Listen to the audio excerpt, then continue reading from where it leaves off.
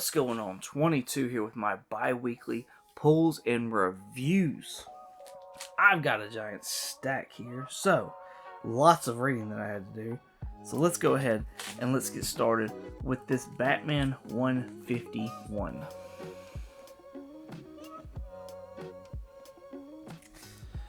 This is the cover G that is done by Gabriel Delato. Obviously why I picked this book up.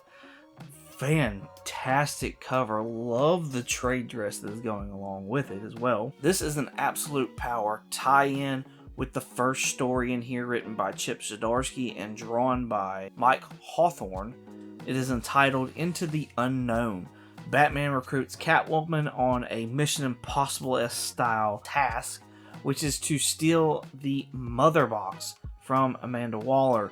They go in under disguise, and they find some really weird, crazy stuff, actually, when trying to find said Mother Box. Of course, you get left on a cliffhanger because Absolute Power tie-in, like, this can't just be a one-and-done type deal, or, like, a closed-ended story. For me, this was odd reading, especially from the 151 with the first story that I really liked that had to deal with the deadbeat dad. But this dealt more with the tie-in that happened in the M150 issue, where you kind of leaving off where Batman was. I'm a little lost as far as what's all going on because I'm not reading Absolute Power, but as far as like a Batman story, this was okay. I more or less bought this because of the cover. There's a backup Harley Quinn story in here as well, written by Tani Howard and art done by Marina Ignazzi. It was okay. I didn't care for it really. It didn't stick out or anything like that. It was a fun little Harley Quinn read. That was really about it. I think it did kind of give you some more information as far as like what's going on with Arkham, but because I'm not really paying attention to Absolute Power, it didn't really mean a whole lot to me. As far as a recommend for me, I mean, sure, I guess. It's Batman. It's just a normal Batman type story. Doctor Strange, number 18.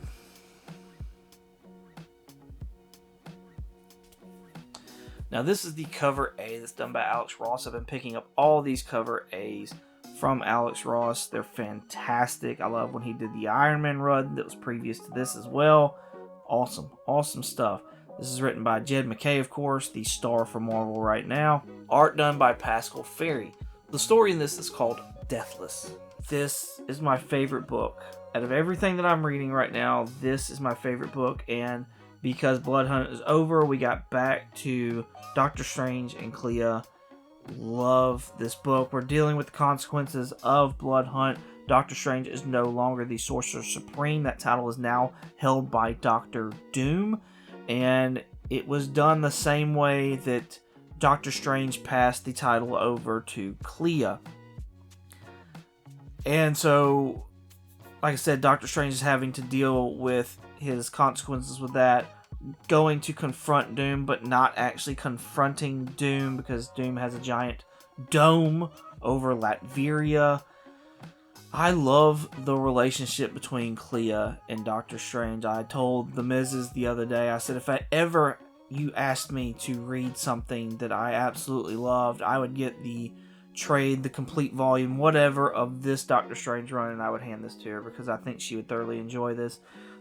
I love the power couple aspect of this. It's fan-freaking-tastic. I cannot say enough about this book. I love this book, absolutely. And this issue brought everything back that I was loving before Blood Hunt. And Blood Hunt kind of threw me off a little bit. But this, right back where we left off. And I freaking love it. Love it. I can't recommend this book enough. Green Lantern, number 14.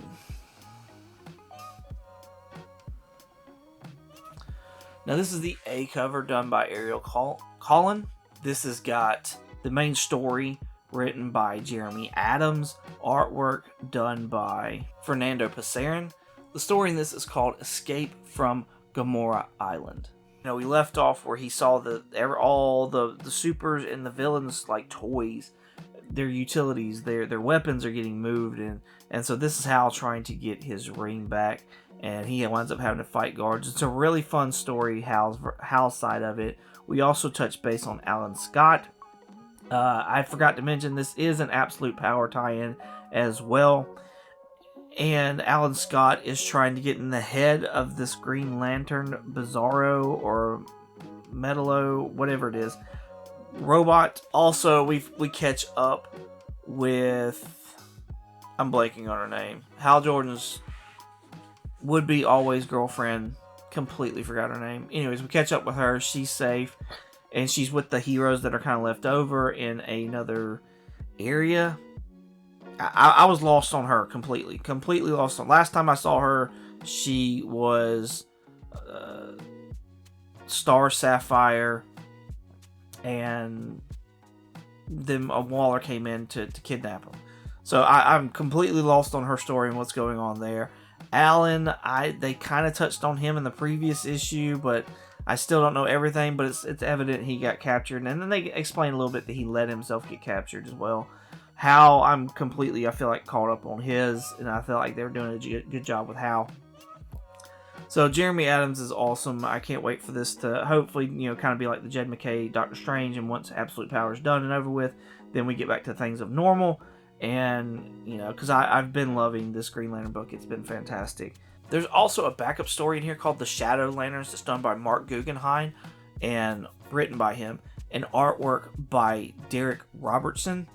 Really cool story. It's definitely like a one-shot type deal, but it tells the story of like a lantern that was chosen and how he feels like the rings are now being corrupted to go out and find people that are easily controlled, easily manipulated, and him realizing that and hoping that he can get far enough away to self-destruct so that Lord Premier Theros can't affect the ring's decision as to who the ring wants to choose to be the next wearer. Really cool, really interesting one-off story.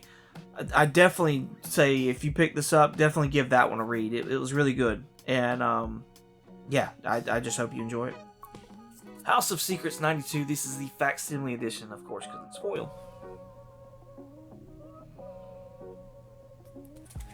This is an absolute goal book of mine to have the first appearance of the Swamp Thing. Not Alec Holland's Swamp Thing, but the Swamp Thing. This avatar for this one is different. Alec Holland is in the first Swamp Thing book. That's when he becomes the Swamp Thing. I still want this book, though, in my collection. The, original one, not this facsimile one. But I like picking these up, especially in foil, just to be able to read, or just the novelty of it, just having a major gold book in foil. Just, I don't know, it appeals to me. It's cool. I would have done the same for this one as well, except I couldn't find a foil one, or I looked over it. I don't know. Justice League of America #1. This is another goal book of mine. I want to get issues 1 through 25, I believe. It's either 25 or 30 of the original Justice League of America run. I have a good little amount of them that I've shown off here and there as the years have gone by. But I thought this would be a cool pickup to have in there and just kind of have sitting there. I did the same thing with my Iron Man. I got the facsimile of that and put it in with my Iron Man run. I don't know what it is. I just like it. Rock and Roll Biographies, Run DMC.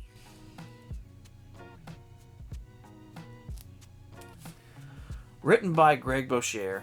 Cover art and artwork done by Nicholas Garza. I saw this in solicitations and it was like, Run DMC? Really? Yes, let me get that. It's a cool little biography type deal of the up and comings of Run DMC. The people they knew and how they met other people and just the influence their music had and how it worked and how it grew. It was really interesting. I never knew the actual story of Run DMC. Didn't know that they went on tour with Beastie Boys and LL Cool J like that, and that was known as the best hip hop tour ever. And I could see that, honestly. That's pretty freaking amazing to have those three in one tour. So, and then also just the connections that they had with the producers that are giant names now. I believe Rick Rubin was one of them. There's another Russell Simmons was another. Like, just these powerhouse people that have helped get big names on labels and records. It was just, it was kind of like seeing their, like, come ups in music as well, which was really cool. So I don't know, if you're a Run DMC fan, I think you'll enjoy this. It's all black and white interior artwork, but it was done really well, and it has a lot of the Aerosmith Run DMC Walk This Way kind of video throughout the book too. So like they'll kind of break away when they're doing transitions. You'll see like a snippet of that music video, and then they'll go back to the story and pick up, you know, where it made sense to pick up. So it was cool. It was just a cool read. Saga number 67.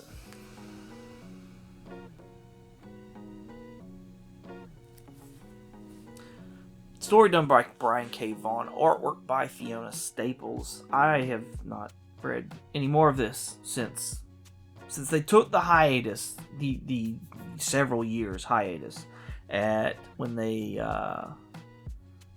killed off a major character, because I don't want to spoil that necessarily. I've never picked this back up. I keep buying it, but I've never picked this back up. I honestly just need to sell this. I need to sell my entire run, quit buying it.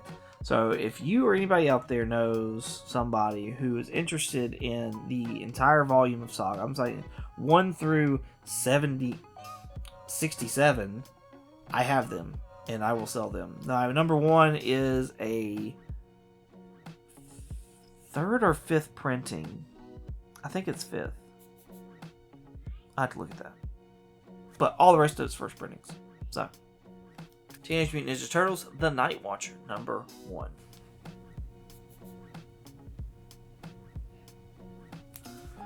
Written by Junie Ba, artwork by Pharaoh Pei.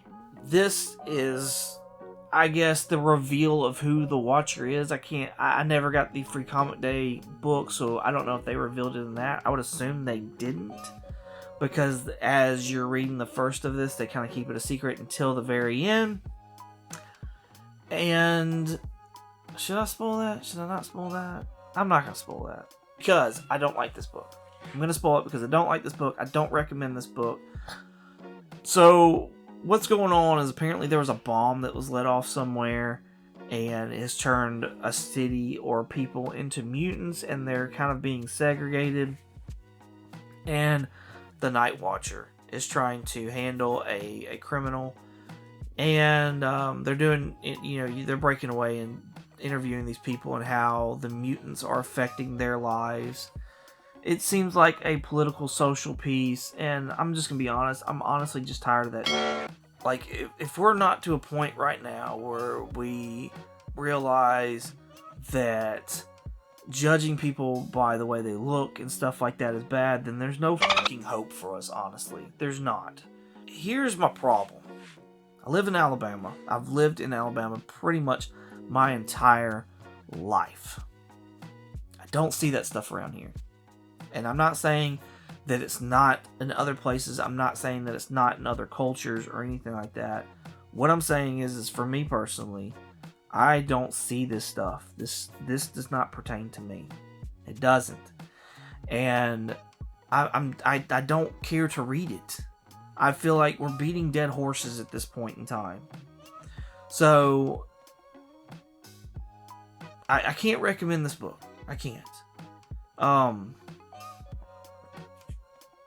And that's what I feel like. That's how I feel. I feel like this is a social political piece.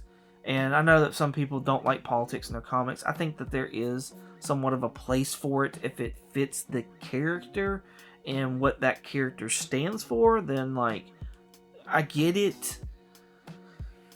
That doesn't necessarily mean that the story is for me.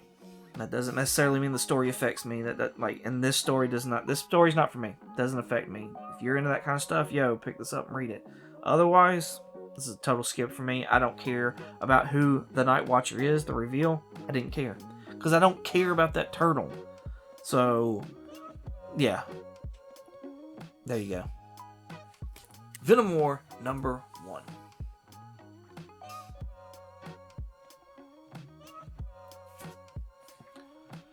This is cover B, John Tyler Christopher Virgin variant, negative space Virgin variant.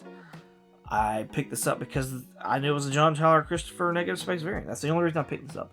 I went ahead and did give this a read. It is written by Al Ewing, artwork done by Ivan Colwell. The story of this is called Venom War Part 1, Are You Ready?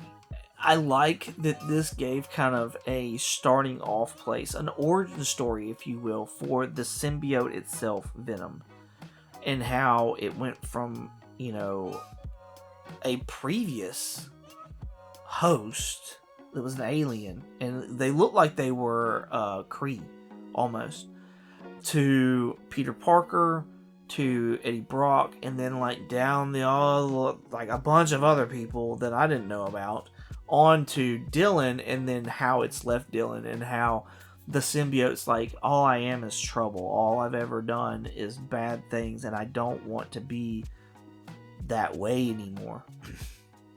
And now it's back, hiding in Peter Parker's closets, of all places, because the symbiote knows that Peter Parker's a good person. This starts off the Venom War. I don't care. I don't care about Dylan Brock. I don't care about Eddie Brock. If you're all about some symbiotes, there's a bunch of symbiotes in here. Dylan has a team of them. Eddie has a team of them. Yeah. Just if you're into symbiotes, this is probably your book. For me, I don't care. I bought it just for the cover. Uncanny X-Men number 1.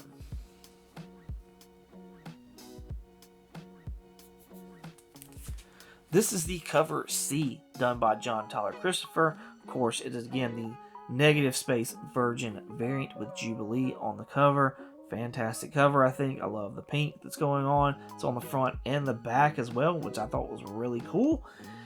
And this tells the story of another X-Men team featuring Gambit, Rogue, and Wolverine. They're out to get a stone, and they're having to encounter a dragon that's quite like the dragon from Aztec mythology, Kukulkan, which is actually what Namor is called in the Black Panther Wakanda Forever movie, which I thought was really cool and very interesting. This is like a feathered type dragon.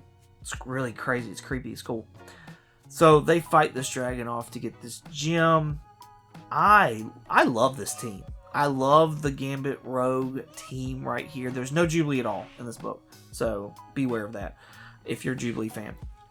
And this seems like the start of their team as well, and so that's like part 1 of the story, and then part 2 is they get a call from Cyclops to sit there and actually go do a Make-A-Wish type deal, and they meet up with Nightcrawler. And they go on to talk to the boy, and he's all excited, and Rogue is his favorite, and he goes and he touches Rogue's hand, and then he goes into some kind of shock or something, and winds up dying. And it's really got Rogue pretty distraught, of course, because she's terrified of touching people anyways. And then for somebody who loved her so much to touch her and then die, of course that's going to affect her. This is fantastic. I love the way that Remy is being wrote in here as well. I love this. I love this way more than the Jed MacKay X-Men book that I had gotten the last time around. The story in this is called Red Wave. This is written by Gail Simone with artwork by David Marquez Marquise. I apologize, Marquise. And yeah, this was great. This is fantastic. Loved it. Walking Dead Deluxe number 94.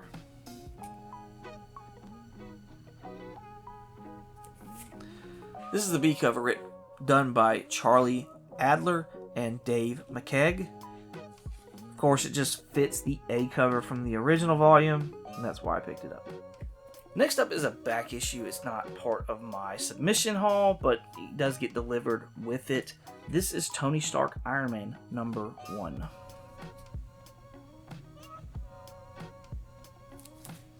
Now, I don't remember which letter cover this is, but it is a variant cover. There were several of them that all had different armors throughout these variants, and that's what I'm collecting, is just the different armored ones. Getting pretty close to having all of them, and this was just one to add to the collection. Here are my dollar bin pickups. Moon Knight, number 11. Now, this was a Rob Liefeld variant for $1, and this is part of that Jed MacKay run on Moon Knight. I've actually read some of those issues, and they've been really good.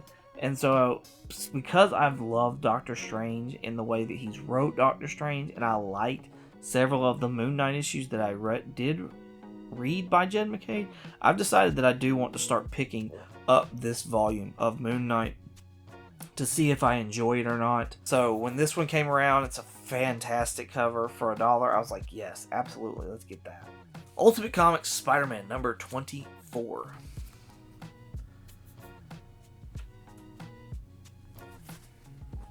Now, this is part of Miles Morales' first volume run of, or first solo run of Spider-Man.